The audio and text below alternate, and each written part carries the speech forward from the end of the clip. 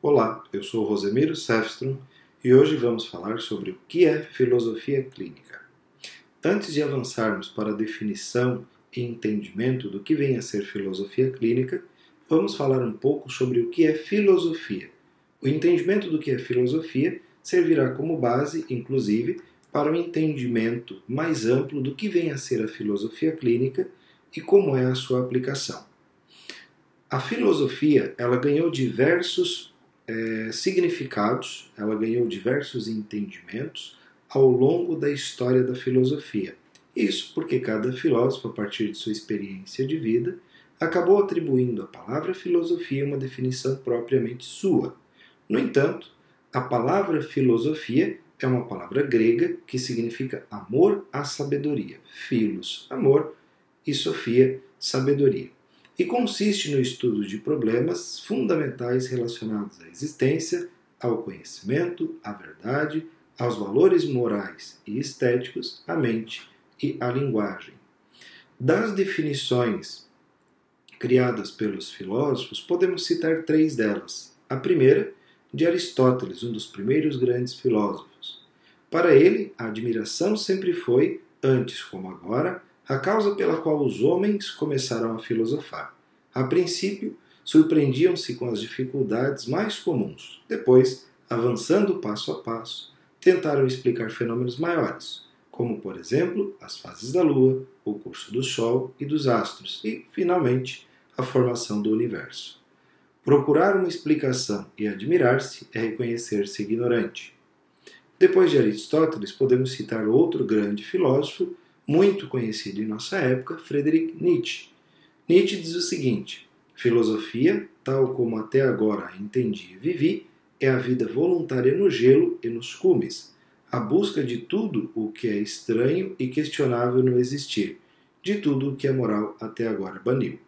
E por último, citamos um filósofo da linguagem, Ludwig Wittgenstein. Para ele, qual o seu objetivo em filosofia? Mostrar à mosca a saída do vidro. Então, cada um destes filósofos acabou dando a sua definição do que vem a ser filosofia. Dentro de todas essas definições, debaixo desse guarda-chuva, tem então a definição grega, né? Filosofia é amor à sabedoria. Uma outra variação do entendimento de filosofia é daquelas pessoas, ou de determinados grupos, que entendem a filosofia como uma filosofia de vida, né? Então, neste caso, a filosofia de vida é uma expressão usada para se referir ao estilo de vida que uma pessoa escolhe seguir, que é composto por ideais e atitudes que ela tem perante si, a sociedade em que se insere. Outra ainda questão a respeito da filosofia como filosofia de vida é que ela está ligada, geralmente, a uma religião e o que ela prega a seus seguidores. Portanto, uma pessoa pode escolher seguir a filosofia de vida cristã, a filosofia de vida muçulmana ou a filosofia de vida budista, por exemplo. Né? Mas a filosofia de vida também pode estar associada a outros fatores, como filosofia política, como a filosofia econômica ou uma filosofia atrelada a elementos sociais. No entanto, da filosofia que faremos uso enquanto definição e prática é de uma filosofia enquanto técnica, ou seja, de todos os conteúdos produzidos ao longo da história da filosofia como instrumentos de entendimento da nossa realidade, também, obviamente, de estudo. A filosofia como técnica, ela ganha uma definição mais ou menos assim. A filosofia é também uma técnica porque o resultado a que ela visa não é um conjunto de afirmações abstratas sobre esta ou aquela parte da realidade, nem mesmo sobre a realidade como um todo. É a capacitação do sujeito cognoscente humano, individual, para a apreensão concreta dos nexos entre conhecimento e realidade. Apreensão sem a qual nenhum conhecimento, científico ou não, pode estar seguro de que faz sentido, nem de que o seu objeto corresponde a algo no mundo real. Neste caso, a clara definição nos mostra que a filosofia como técnica ela tem por objetivo não um construto teórico, abstrato e distante da realidade, muito pelo contrário. A ideia é que a filosofia tenha, a partir das suas ferramentas, um entendimento maior da realidade e que as suas conclusões possam ser aplicadas no mundo real e auxiliem as pessoas naquilo que lhes é necessário ou peculiar. Então, seguindo aqui por base o professor Olavo de Carvalho, ele coloca algumas questões que servem como base para o entendimento do que vem a ser o método filosófico. Porque para ele, a filosofia ela tem necessariamente alguns passos e essa necessidade se mostra porque metodologicamente, ainda que exista uma liberdade um tanto grande da construção individual da filosofia, ela precisa garantir alguns passos para que ela possa não só ser também entendida, como reproduzida. Então, para o professor Olavo de Carvalho, a filosofia busca esclarecer elementos como a inteligibilidade de uma questão, sua significação, sua realidade, sua posição na ordem geral conhecida e o seu valor para a autoconsciência individual, para a cultura e para a civilização. Né? Essa questão, então, ela pode ser agora aberta e então, como técnica, a filosofia vai seguir, aqui, obviamente, citando novamente o professor Olavo de Carvalho, alguns passos. O primeiro passo seria a anamnese. Esse é o momento no qual o filósofo rastreia a origem de suas ideias e assume a responsabilidade por elas. É importante entender aqui, então, que a reflexão filosófica, neste ponto da anamnese, é quando o filósofo identifica, ou pelo menos busca, fazer o rastreio da origem de onde partem as suas ideias. E também, não menos importante, assumir a responsabilidade por elas. Ou seja, as minhas ideias precisam ser entendidas como minhas e não outorgar a responsabilidade a outros por aquilo que eu pensei ou disse. O segundo passo seria a meditação, pela qual ele busca transcender o círculo de suas ideias e permitir que a própria realidade lhe fale numa experiência cognitiva originária. Ou seja, a meditação é a partir desta base, que é as ideias das quais eu assumi responsabilidade, ampliar os horizontes, transcender as próprias ideias, né? E permitir então que em contato com a realidade eu consiga ter uma experiência única e cada vez mais ampla daquilo que é o objeto da reflexão.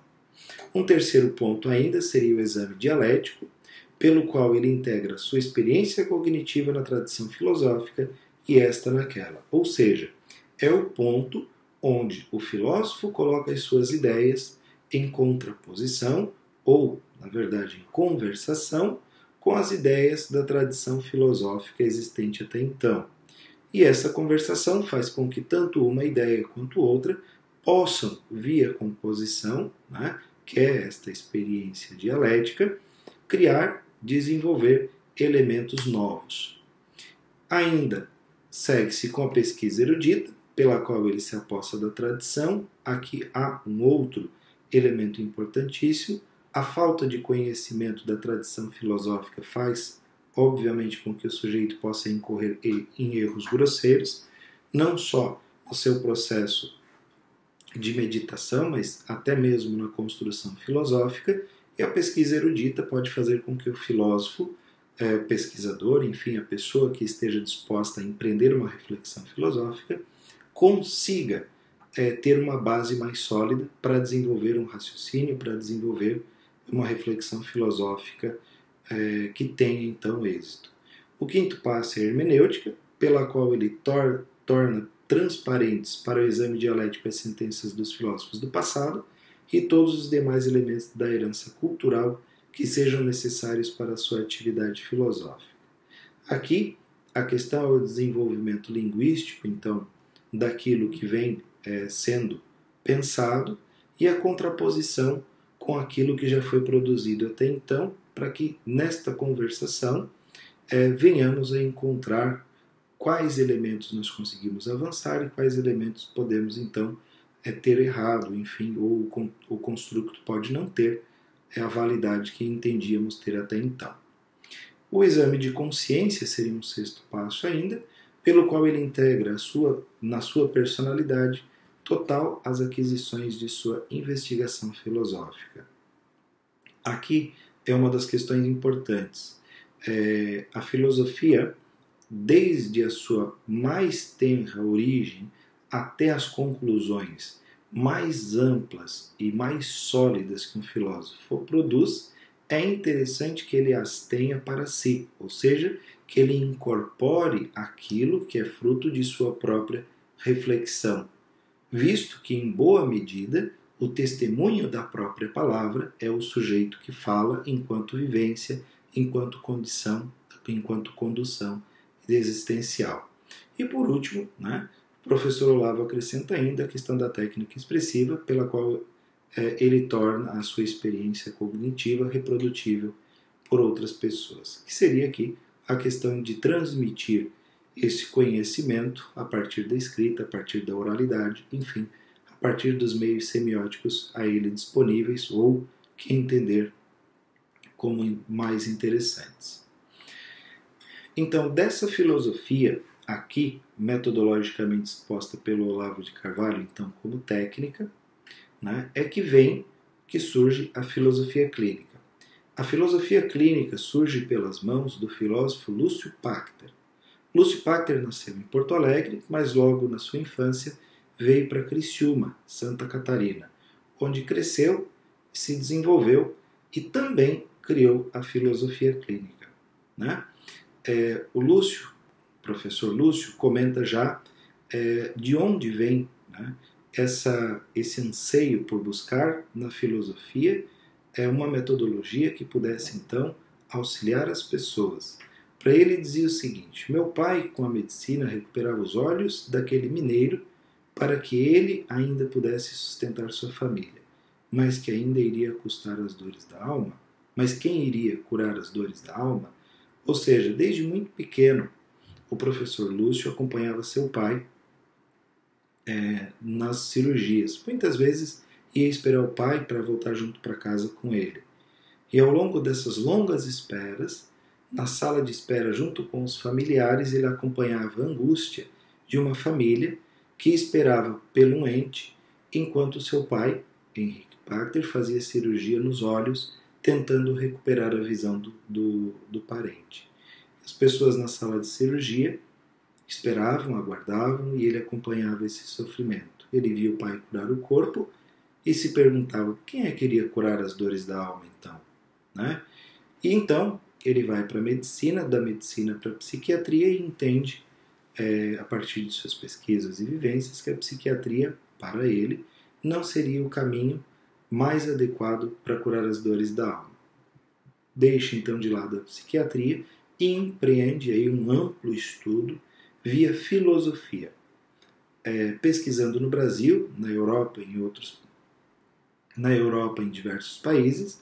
Ele acaba encontrando um caminho, a filosofia, que já havia então alguns indícios de uma filosofia adequada e estruturada para a terapia, mas que ele entendeu que poderia ser ainda melhor, e a partir de muita pesquisa ele acaba criando o que chamamos de filosofia clínica. Esse amor pelo ser humano, esse amor pelo outro, esse cuidado, esse carinho, segundo ele, vem de seu pai. Segundo ele, ao ver o esforço e dedicação pelo outro, sofrer quando não tinha êxito em recuperar a visão de uma pessoa. Ou seja, quando ele via o próprio pai não conseguir recuperar a visão de um paciente, via o pai sofrendo, e isso inspirou esse humanismo, então, o professor Lúcio Pachter. Vindo então agora para a definição, o que seria filosofia clínica? A filosofia clínica, definida de forma direta, seria o seguinte: a filosofia acadêmica adaptada e direcionada à atividade clínica realizada por filósofos formados em faculdades de filosofia reconhecidas pelo MEC. O professor José Maurício de Carvalho define o que é filosofia clínica dizendo: O que importa é que a filosofia clínica é um procedimento de ajuda pessoal que busca no passado filosófico os elementos teóricos para fundamentar a relação clínico-partilhante. E já, para Michele Paulo e Marisa Niederauer, a filosofia clínica é uma nova abordagem terapêutica que trata com o conhecimento da filosofia acadêmica, teoria, direcionada à terapia prática. Né? Mas a filosofia clínica ela tem um entendimento um pouco mais simples, não no sentido de sua definição, mas aqui já colocando na sua prática, ou seja, como é que a filosofia clínica funciona? Na verdade, a filosofia clínica é o uso do conhecimento filosófico, aqui falando de toda a nossa tradição filosófica, adequado ou adaptado à psicoterapia. Né? A atividade filosófica aplicada à terapia do indivíduo. Ou ainda as teorias filosóficas empregadas às possibilidades do ser humano enquanto se realiza por si mesmo. Então a filosofia clínica ela é um método que faz uso das mais diversas correntes e teorias filosóficas como estruturação de uma terapia voltada para o sujeito, voltada para o indivíduo. Uma das frases que logo de começo, no início de todos os cursos praticamente, se ensina e ao longo do curso se repete muito, é a frase de um filósofo chamado Protágoras. Protágoras diz o seguinte: o homem é a medida de todas as coisas, daquelas que são por aquilo que são e daquelas que não são por aquilo que não são. Ou seja, este filósofo nos passa, já de início das aulas de filosofia clínica, a ideia de que cada homem é a medida daquilo que é e daquilo que não é para si. Ou seja, cada sujeito é singular. Eu não tenho como comparar duas pessoas, cada uma é única e individual.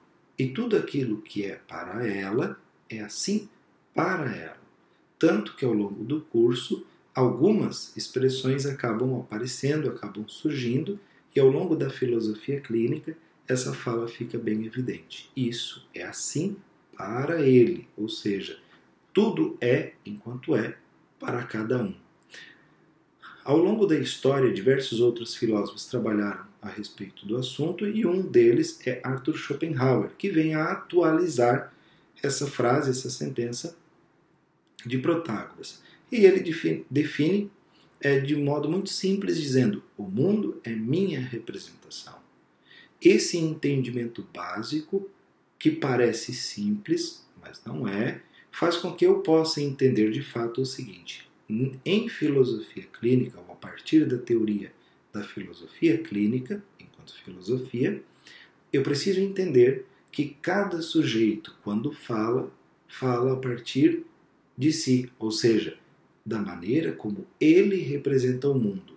Isso não quer dizer que seja verdade ou que seja falsidade, mas quer dizer que é assim para ele, a maneira como ele entende o mundo, a maneira como ele representa aquilo que está ao seu redor.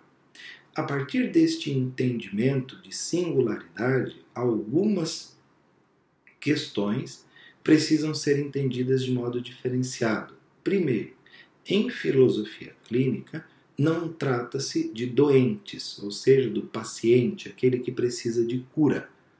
Na filosofia clínica, pelo entendimento da singularidade, nós entendemos que existencialmente cada pessoa, por sua singularidade, pode ter necessidades a partir das quais procura um filósofo clínico, com o qual irá partilhar seus conteúdos e juntos, então, irão construir um caminho dentro daquilo que é possível a ela, por sua existência, por sua maneira de ser e de existir. Então não existe doença enquanto pré-conceito em filosofia clínica, porque um filósofo clínico não trabalha com doentes. Então, a nomenclatura que nós utilizamos chama partilhante. Então, em filosofia clínica, quando se utiliza o termo partilhante, estamos falando da pessoa com a qual o filósofo clínico trabalha. Esse Esse elemento da singularidade nos leva ainda a outra questão. Nós não temos um diagnóstico. Nós temos em filosofia clínica algo chamado assunto último. Assunto último que pode ser entendido como aquilo que será trabalhado em clínica, obviamente, no momento adequado, seguindo a metodologia filosófico-clínica. Aqui, já então, falando da metodologia da filosofia clínica, ela segue alguns passos. Estes passos, obviamente, são uma orientação metodológica e não um dogma sem o qual o filósofo clínico não possa trabalhar. Filosofia clínica, por estar voltada e intrinsecamente atrelada ao jeito existencial da pessoa que se coloca diante do filósofo, precisa ser adaptada àquele modo de existência para que tenha efetividade enquanto método terapêutico. Caso contrário, o filósofo clínico estará querendo adequar a pessoa ao método e não, aí, obviamente, não terá o funcionamento necessário. Então, primeiro ponto é o assunto imediato. Em filosofia clínica, o assunto imediato é aquilo que traz a pessoa até o consultório, são as demandas internas que a fazem procurar, então, auxílio. Depois do assunto imediato vem a historicidade, que é um momento onde o filósofo clínico pede à pessoa que veio até ele que conte a sua história, a partir daquilo que lembra, e então toda essa estruturação da historicidade dará ao filósofo o material necessário para que ele possa posteriormente identificar o assunto último. Depois da historicidade vem o exame das categorias, que é uma avaliação categorial a partir da qual o filósofo identifica como que o sujeito se relaciona com o ambiente que está ao seu redor, ou seja, identifica o sujeito no tempo e no espaço. Posteriormente, estrutura de pensamento, que é uma organização estrutural do conteúdo existencial, ou seja, é a organização estrutural da história que a pessoa contou para o filósofo clínico. Depois, os submodos informais, que são as ferramentas que a pessoa utiliza para conduzir a sua vida, ou seja, quais são os modos a partir dos quais ela conduz o seu dia a dia. Depois, o planejamento clínico, onde o filósofo, a partir então do entendimento do exame das categorias, estrutura de pensamento, submodos, e tendo também já identificado o assunto último, ele planeja como irá fazer as interferências da melhor maneira possível e, por último, já obviamente aqui numa sequência, ele fará a aplicação dos procedimentos clínicos ou dos submodos, como são chamados. É importante destacar que a filosofia clínica não é um saber sobre a pessoa que se coloca diante do filósofo ou pesquisador, mas um mistério a ser revelado a partir do estudo de sua história de vida.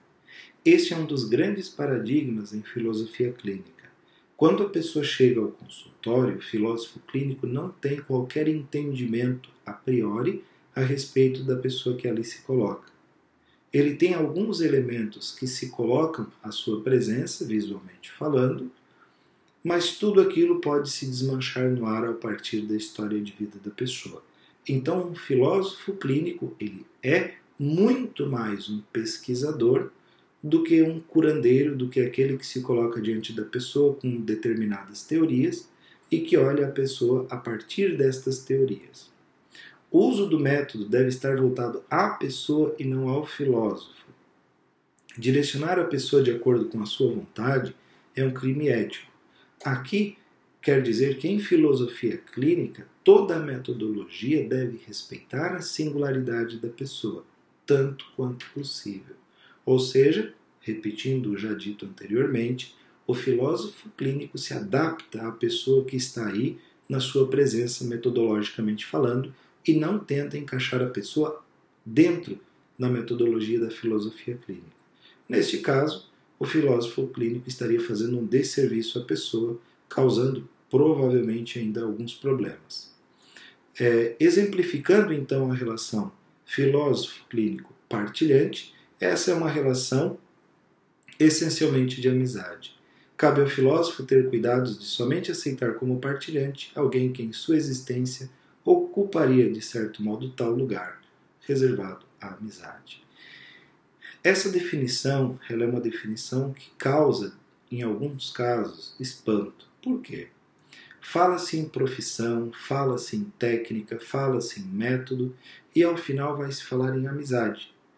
Justo, pelo seguinte, como a filosofia clínica ela tem uma metodologia que deve estar adaptada ao sujeito que isso coloca, é preciso que se construa entre o filósofo e o partilhante tal relação que ambos sintam-se extremamente à vontade. Porque a filosofia clínica não é uma conversa de alguém que tem contra alguém que não tem conhecimento, de alguém que sabe contra alguém que não sabe. Ela é uma conversa entre duas pessoas que estabeleceram uma relação tal que tanto um quanto o outro caminham juntos. E nessa caminhada, o filósofo clínico, a partir de seus conhecimentos, com toda a bagagem e conteúdo da história de vida da pessoa, constrói e desenvolve a clínica filosófica, buscando de fato existencialmente aquilo que for possível e necessário à pessoa. Isso é um pouco daquilo que é filosofia clínica.